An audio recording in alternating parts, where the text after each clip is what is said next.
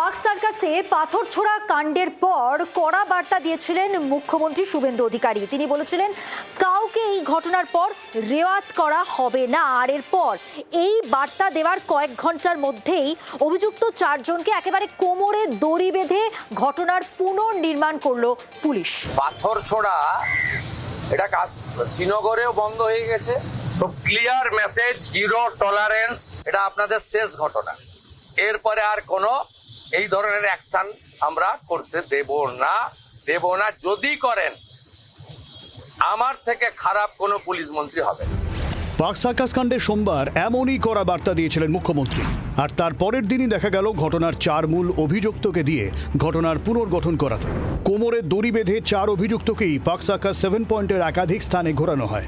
এই ছবিটা হচ্ছে যে 46 জনকে গ্রেফতার করা হয়েছিল তার মধ্যে 4 জন যারা অন্যতম মূল চাই, যারা মূলত ইন্ধন জুগিয়েছিল পুলিশের গাড়ি ভাঙচুরে, যাদেরকে একেবারে সরাসরি এখানে লাগোয়া যে সিসিটিভি লাগানো আছে তার ফুটেজে তাদের প্রত্যেককে একেবারে নির্দিষ্ট করে আইডেন্টিফাই করা গেছিল।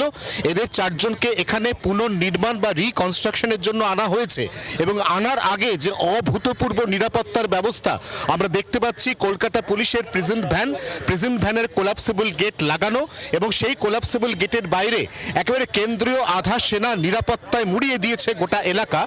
প্রতিবাদের নামে তাণ্ডব চলে পার্ক সার্কাসে, এতটাই যে ময়দানে দাঁড়িয়ে থাকা বাসও রেহাই পায়নি হামলাকারীদের হাত থেকে। একাধিক বাসের কাচ পাথর দিয়ে ভেঙে দেওয়া হয়েছিল। এটা পার্ক সার্কাস ময়দান, এখনো পর্যন্ত ছড়িয়ে ছিটিয়ে রয়েছে আদলা ইট।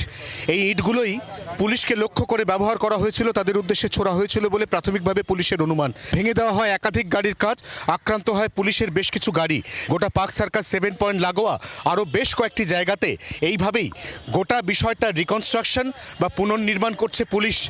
তপসিয়ায় বুলডোজার চালানোর প্রতিবাদে বিক্ষোভ দেখানো হয় পার্ক সার্কাস 7 পয়েন্টে, কিন্তু এই বিক্ষোভ শুরু থেকেই আক্রমণাত্মক ও হিংসাত্মক হয়ে ওঠে। রাজ্যের বর্তমান সরকার এই ধরনের বিক্ষোভ আন্দোলনকে বরদাস্ত যে করবে না তা সোমবার পরিষ্কার করে দিয়েছেন মুখ্যমন্ত্রী। পুলিশ প্রশাসনও কড়া হাতে এই ধরনের ঘটনা দমন করবে বলেই স্পষ্ট বার্তা দিয়েছেন তিনি।